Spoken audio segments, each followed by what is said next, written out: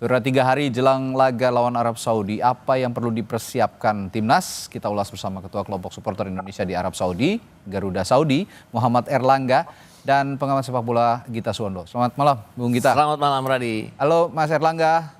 Di sana masih siang ya? Iya, selamat siang waktu Saudi. Oke, baik. Saya ke Mas Erlangga dulu. Di sana atmosfernya gimana pendukung timnas di Arab Saudi, Mas Erlangga? Pendukung timnas, alhamdulillah atmosfernya sekarang lagi bagus-bagusnya karena kita dalam 2-3 hari terakhir akhirnya sudah mendapatkan tiket yang officially, yang resmi untuk pendukung supporter Indonesia. Jadi kita lagi senang-senangnya kita bisa dapat seat dari jatah yang 4.182 ya, yang official dari Saudi Football Federation kita dapat semua, sudah distribusikan, sudah sold out. Jadi banyak banget teman-teman yang tadinya ragu untuk mesan melalui kami baru mengotak sekarang ya dengan sangat berat hati kita nolak gitu, karena kita nggak punya lagi tiket lebih, dan yang saya dengar pun di kita Garuda juga sudah habis kan ya yang jalur pemesanan lewat PSSI. Ya, jadi 4.182 ya, Mas Erlangga? Betul, itu untuk yang kategori di luar premium ya. Jadi yang kategori 1, 2, 3 dan 4. Sudah dipastikan akan hadir di stadion di Jeddah nanti ya berarti ya? Insya Allah. Insya Allah. Nah ya kita sebelum bahas sisi teknis pertandingan lah ya dengan komposisi pemain. Saya tanya dulu seberapa besar kekuatan 4.000 tadi, 4.182 tadi bisa menyuntik semangat buat teman-teman timnas Indonesia nanti. Sebenarnya supporter itu salah satu ya, jadinya pemain ke-12 kita ya. Terlihatlah dalam beberapa pertandingan di GBK maupun pada saat kita pertandingan di Arab Saudi sendiri di Jeddah putaran ketiga. Saya harus bilang bahwa pertandingan babak pertama melawan Saudi di mana kita saat itu unggul terlebih dahulu 1-0 kemudian disamakan 1-1 itu adalah away terbaik kita selama ini. Jadi dukungan supporter ya jelas bahwa itu merupakan suntikan tersendiri bagi timnas kita. Oke. Tapi melihat ini ya, saya mengacu pada beberapa pertandingan pemain-pemain timnas kita yang bermain abroad di liga-liga Eropa. Ini kan sebenarnya positif ya. Hasilnya baik ya. Hasilnya baik lah ya. Kemarin kalau kita lihat di Europa League, Lille dengan mengejutkan mengalahkan AS Roma. Di sana ada Calvin Verdong. Lalu Sassuolo juga dalam track yang bagus setelah 2 kali menang beruntun. Lawan Udinese dan Verona kemarin ya. Jai Itses bermain di sana. Sassuolo ya. Di Sassuolo. Dan belum lagi Dean James, timnya juga menang. Dengan atmosfer atau suasana pemain yang sedang bagus-bagus ya, akan berpengaruh nggak ke timnas nanti performanya? Berpengaruh iya, jelas. Makanya kalau ditanya yakin nggak sih sama tim, apalagi tim ini kan jauh lebih banyak pilihan dibandingkan yang menahan imbang Arab Saudi dan mengalahkan Arab Saudi. Yakin. Cuman saya selalu berpendapat bahwa pemain ini kan tergantung strategi pelatih. Nah, strategi pelatih ini yang saya agak ragu juga sebenarnya. Kenapa? Karena kan selama Patrick Kluivert pegang 6 pertandingan lah sudah ya, 6 pertandingan. Dia pakai 3-4-3 itu kan 2 pertandingan di mana kita menang. Kita counter attack lawan Bahrain, kita counter attack lawan China, kita dapatkan hasil positif 3 poin dan tidak kemasukan. Selebihnya pada saat kita coba dengan 2 center back kita kalah. Lawan Jepang jangan ditanya lah. Mau main berapapun akan kalah. Kemudian lawan Australia kita kan berantakan. Kemarin lawan China Taipei dengan 2 back juga yang dia bilang bahwa saya senang dengan flow pemainan, nggak bisa jadi patokan juga ya. Itu kayak ngelawan kayak ngelawan tim yang benar-benar kualitasnya jauh di bawah kita. Lawan Lebanon kita menguasai jalannya pertandingan kita bagus di belakang, kita bagus di tengah.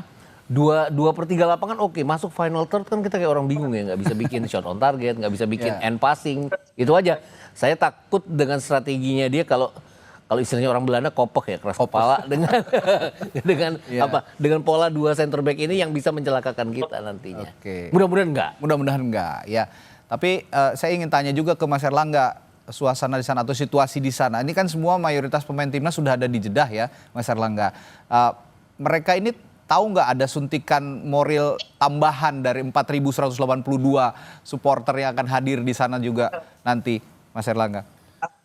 Mestinya tahu ya. Tahu ya. Karena kan juga beberapa pemain yang datang kloter pertama dan sampai yang baru datang terakhir tadi malam ya, Jay sama Nathan, itu ada beberapa perwakilan dari kami yang datang juga menjemput. Jadi kami memang persiapkan beberapa orang yang ada waktunya untuk ke bandara menjemput, walaupun tidak banyak ya, tidak terlalu banyak, tapi at least kita letting them know that di sini di Saudi kita udah siap mendukung. Dari seperti itu, dan juga komunikasi kami dengan PSSI kan, karena kami banyak komunikasi untuk urusan tiket kemarin kan, jadi sambil kita selip-selipkan pesan lah, tolong Ya, titip ya, ya. pesan ke pemain kalau kita udah siap gitu, seperti itulah. Iya, iya, iya.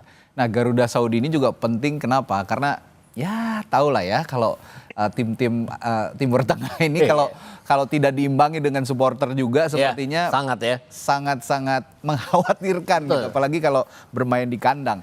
Tapi yang lebih lagi cukup membawa kekhawatiran bagi publik sepak bola Indonesia adalah absennya Martin Paes dan juga Emil Audero yang Martin katanya. Paes sudah oke tapi ya. Tapi ya sekarang sudah membaik, ada kans untuk main. Tapi kalau memang Emil absen, sekarang Paes siap kawal, kira-kira bisa mengimbangi kemampuan Emil yang sedang gacor-gacornya nggak di Cremonense ini? Mungkin sekualitas Emil Audero enggak ya. Enggak ya. Cuman pada saat pertandingan melawan Arab Saudi yang pertama di Jeddah, kemudian pertandingan ke lawan Australia di GBK, pertandingan pertama di mana 0-0, itu kan ada berbagai macam penyelamatan dilakukan oleh Paes. Jadi pada saat dia dalam kondisi terbaiknya, dia mampu melakukan apa yang Emil Audero lakukan di Cremonense maupun di tim nasional kita. Cuman kan dia udah lama nggak main, itu aja yang mesti menjadi tanda tanya. Tapi balik-balik lagi, kiper kita yang dari Liga Nasional kita, kan kualitasnya mungkin di bawah dari Paes sendiri. Itu aja mungkin pilihan ini yang agak agak jadi pertimbangan bagi pelatih Clever siapa yang akan dipasang. Karena intinya adalah kalau dibombardir oleh Arab Saudi mungkin, karena kalau kita lihat pada saat pertandingan di Jeddah itu kan kita mendapatkan berbagai macam shot on target dari mereka itu sampai ada 9 kali. Bahkan ada satu penalti yang berhasil digagalkan oleh Paes saat itu. Lawan Australia sendiri ada 6 penyelamatan dilakukan oleh Martin Paes. Itu artinya peran dari seorang penjaga gawang baik Emil Audero maupun Martin Paes sangat luar biasa bagi timnas kita. Ya, dan saya juga ingin mengulas sedikit ini soal mepetnya kedatangan para pemain. Kedatangan para pemain abroad ini kan sangat mepet. Sedangkan lagi-lagi nih ya, kalau bicara tim-tim Timur Tengah memang ada aja akalnya gitu. Lagi-lagi liga di Saudi ini sudah diberhentikan dari beberapa waktu yang lalu, sehingga mereka punya waktu yang panjang untuk bersiap menghadapi Indonesia. Gimana lihat kondisi seperti ini? Liga kita kan juga diberhentikan kan, week 8 akhirnya begitu, diberhentikan ngikut. Kan, yang ikut. Tapi hanya 12 orang yang bisa ke sana. Betul. Dengan ditambah JEZS, kemudian ada Martin Paes juga datang, kita baru 15 orang yang bergabung sampai saat ini. Yang ini kan kayak Dean James, nanti malam dini hari nanti bahkan ya malam di Belanda masih akan harus memperkuat itu dia. Go Ahead Eagles. Go Ahead Eagles. Pertengahan minggu lalu kan dia dengan 2 assist untuk Go Ahead Eagles. Yang harus diperhatikan adalah ini pemain luar biasa bersama Go Ahead Eagles, tapi belum pernah menunjukkan performa yang terbaiknya dia bersama timnas kita. Itu tuh yang tetap menjadi tanda tanya bagi saya. Dan kemudian contohnya lah Verdong. Tidak dibawa oleh Lille pada saat tandang ke PSG. Betul. Tapi juga tidak dilepas mereka untuk bisa terbang ke Jeddah. Jadi itu tanda tanya. Kemudian Mauro Zilstra contohnya. Tadi malam melawan Sittard di mana mereka kalah 1-0. Justin main 76 menit. Itu Justin main, oke dia terus dilepas setelah pertandingan. Tapi kan Mauro Zilstra bahkan tidak ada di DSP. Harusnya kan bisa terbang ke Jeddah ya, harus bergabung saat itu. Toh tidak digunakan juga jadinya. Oke. Ya, Mas Erlangga sempat mantau nggak latihannya punggawa timnas di sana? Oh enggak, kita jadi pas latihan kita nggak ada yang berangkat ke sana karena memang kan latihannya tertutup ya. Nggak terbuka seperti 2024 September itu kan sempat kita boleh datang lihat, tapi untuk yang kali ini enggak. Bahkan even soal maybe correct me if I'm wrong, tapi kayaknya Bapak Konjen pun juga tidak datang. Kalau tahun lalu kan Pak Konjen sempat datang ya. Tapi yang tahun ini pun sepertinya sebisa mungkin tertutup. Saya malah ini sih happy dengan keputusan yang diambil oleh PSSI. Dengan hotel yang baru yang dipilih tahun ini pun, kalau saya lihat dari areanya sangat secure. Untuk masuk ke dalam ada gate yang dijaga security, nggak seperti tahun lalu di mana hotelnya bisa diakses dengan gampang oleh siapa aja. Betul. Jadi mudah-mudahan langkah-langkah ini yang diambil PSSI bisa membantu pemain-pemain kita untuk fokus, tidak terlalu terganggu dengan hal-hal yang non teknis. Dan kondisi yang privat ini tentu saja akan memberikan kejutan bisa saja ya nanti bersama Arab Saudi saat bertemu. Karena kalau tahun kemarin mungkin ada yang ngintip-ngintip strategi. Sekarang benar-benar private ya, begitu ya Mas Erlangga ya? Iya, yang kami lihat seperti itu ya. Oke. Nah, kalau ini kan ada dikabarkan juga Martin Paes sudah siap gantikan Emil Audero. Sudah ada teman-teman di Saudi Garuda Saudi sudah memantau kehadiran Paes di sana, Martin Paes? Belum, sepertinya kan kalau kami lihat dari updatean ini juga berita ini kan datang dari Martin Paes sendiri ya di Betul. Instagramnya dia. Betul. Jadi kayaknya kalau misalkan dia baru berangkat dari Dallas mungkin Belum baru ya? akan nyampe, belum ya, Besok, masih jauh. baru mungkin, besok lah ya. mungkin besok mungkin. Ini kesiapan yang cukup ya lumayan mepet Mepet sebenarnya. banget. Saya sangat Dallas mepet. FC bahkan yang mengeluarkan kan dia bilangnya Garuda fans, he is ready dia bilangnya gitu. Oke. Jadi ya resmi dari klubnya jadi. Oke, saya juga punya pertanyaan ke Bung Gita soal faktor lagi-lagi non teknis yang saya bilang tadi. Ya, agak-agak mengejutkan kadang-kadang gitu ya. Wasit asal Kuwait Ahmad Al-Ali. Yap. Ini akan memimpin pertandingan lagi-lagi yang memimpin dari Timur Tengah.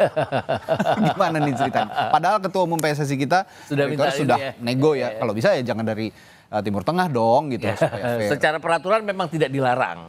Tapi secara peraturan kan dilarang adalah tidak boleh dipimpin oleh wasit dari kedua negara, salah satu dari kedua negara. Tapi ya itu tadi sifat seuzonnya manusia jadi jadi berpikir Ya, bahwa ya. akan ada apa-apa. Kita kan mengacu pada peristiwa pada saat kita dirugikan melawan Bahrain ya. Ya. Dari 90+6 jadi 90+9 pada saat itu dan hal-hal seperti ini non teknis. Tapi yang saya tertarik adalah apa yang dikatakan oleh pelatih Jepang ya bahwa kita harus berusaha unggul 2 gol, 3 gol. Berhadapan dengan lawan-lawan seperti Arab Saudi, seperti Qatar. Mereka tidak punya cara untuk melakukan kecurangan non teknis. Nah itu yang harus kita lakukan mungkin ya. Persoalannya 2 gol, 3 gol itu gak gampang. Gak gampang. Apalagi Intinya kita nggak boleh ketinggalan terlebih dahulu. Karena kalau ketinggalan terlebih dahulu adalah masalah guling-gulingan yang mereka lakukan. Bahkan kalau kita unggul pun mereka akan melakukan segala cara ya. Saya yakin juga lewat VAR atau segala macam. Tanpa bermaksud curiga terhadap mereka. VAR itu kan sudah beberapa kali ya keputusan VAR kadang-kadang bersifatnya kontroversial. ada beberapa hal yang mengejutkan sepertinya memang sepertinya tim-tim di Timur Tengah melihat Indonesia progresif seprogresif ini. Jadi ya begitu. Kalau ngeliat individunya Ya. memang lebih menakutkan ya. Lebih menakutkan. Saya terakhir ke Mas Erlangga. Mas Erlangga, kalau dari tim Saudi sendiri kabar yang paling baru apa? Apa yang bisa disampaikan kira-kira untuk pecinta sepak bola di Indonesia? Persiapan mereka sejauh mana sejauh ini? Ya, jadi kalau dari timnas Saudi sendiri yang kami pantau, mereka berkumpulnya kurang lebih sehari atau 2 hari sebelum kita datang ke ini ya, ke Jeddah ya. Mungkin jadi sekitar akhir September, dan mereka juga latihannya di tempat yang sama tapi seperti mereka lapangan yang lain, jadi tertutup, sangat-sangat tertutup. Beritanya sih yang bisa kami sampaikan adalah pemain andalan mereka seperti Salim Dosari yang sempat cedera beberapa minggu lalu sudah fit kembali, jadi sudah dipanggil. Dan kipernya juga Nawaf Akidi yang tadinya juga cedera, kiper ketiga dari Al Nassr ya. Kiper kedua dari ya. Al Nassr. Ya, tadinya cedera tapi sudah fit kembali. Jadi bisa dibilang Saudi kekuatannya hampir full, tapi dengan yang maksudnya dengan yang pemain-pemain yang angkatan sekarang. Jadi pemain-pemain yang seperti tahun lalu seperti Ali Bulaihi itu tidak dipanggil. Banyak pemain yang masih di early 20s, belum sampai 30 tahun. Jadi jebolan-jebolan U23-nya timnas Saudi banyak yang dipanggil, dan kebanyakan dari pemain-pemain yang dipanggil itu punya menit yang bermain yang cukup baik gitu. Jadi bukan lagi tren yang seperti sebelumnya memanggil pemain cadangan Al Hilal, memanggil pemain cadangan Al Nassr, enggak. Tapi ini pemain-pemain yang main di klub-klub lain yang mereka menit bermainnya bagus, dan yang perlu diwaspadai itu Musab dari Al Shabab itu juga perlu diwaspadai, di playmaker yang bagus ya. Mudah-mudahan sih timnas Indonesia bisa mengatasi mereka. Amin. Saya hanya berpesan 4.100 berapa 82 tadi, tolong teriak yang kenceng di sana ya. Memberikan semangat yang udah siap insya Allah. paling maksimal untuk timnas Garuda melawan Arab Saudi, karena ada kabar baik juga bahwa saat ini Martin Paes mudah-mudahan juga bisa segera seprima yang sebelumnya ketika melawan Arab Saudi untuk menggantikan posisi Amel Audero yang saat ini mengalami cedera. Baik, terima kasih Bung Gita Suwondo telah berbincang bersama kami, dan juga Mas Erlangga dari Garuda Saudi sudah juga ikut memberikan informasi di Sapa Indonesia Malam. Terima kasih Mas.